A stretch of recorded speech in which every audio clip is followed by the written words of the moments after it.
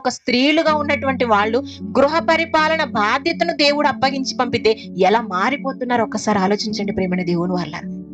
ఒకప్పుడు ఆడపిల్లలు గడప దాటి బయటికి వెళ్ళేవాళ్ళు కాదు, కానీ ఈ రోజు ఎలాంటి డ్రెస్సులు వేసుకొని రోడ్ల మీద కనిపిస్తున్నారు మీరు చూడట్లేదా? ఎంత అసభ్యకరంగా, చివరికి ఆడవాళ్ళే చూడలేనంత అసభ్యకరమైనటువంటి డ్రెస్సులు వేసుకొని తిరగట్లేదా మీరు చూడట్లేదా? దానికి కారణం ఎవరు? వాళ్ళ తల్లిదండ్రులు కుటుంబంలో బిడ్డకి ఎలా ఉండాలో ఒక పద్ధతిని వారు నేర్పించడం లేదు కాబట్టి. ఎలా ఉండాలో ఈ రోజు సినిమాలకు వెళ్తున్నారు, షికాలకు వెళ్తున్నారు. అసలు పురుషులు కాల్చడమే తప్పైతే సిగరెట్లు ఆడవాళ్ళు కూడా కాల్చేస్తున్నారు. పిల్లలు కాల్చుతున్నారు, చివరకు మందు తాగుతున్నారు. మందు తాగుతూ బర్త్డేలు చేసుకుంటున్నారు ఆడపిల్లలు. చూస్తున్నారు కదా, ఎన్ని చూడట్లేదు ప్రేమైన దేవుని వాళ్ళు. ఇవన్నీ కూడా ఎందుకు జరుగుతున్నాయంటే తల్లిదండ్రుల పెంపక లోపం అండి.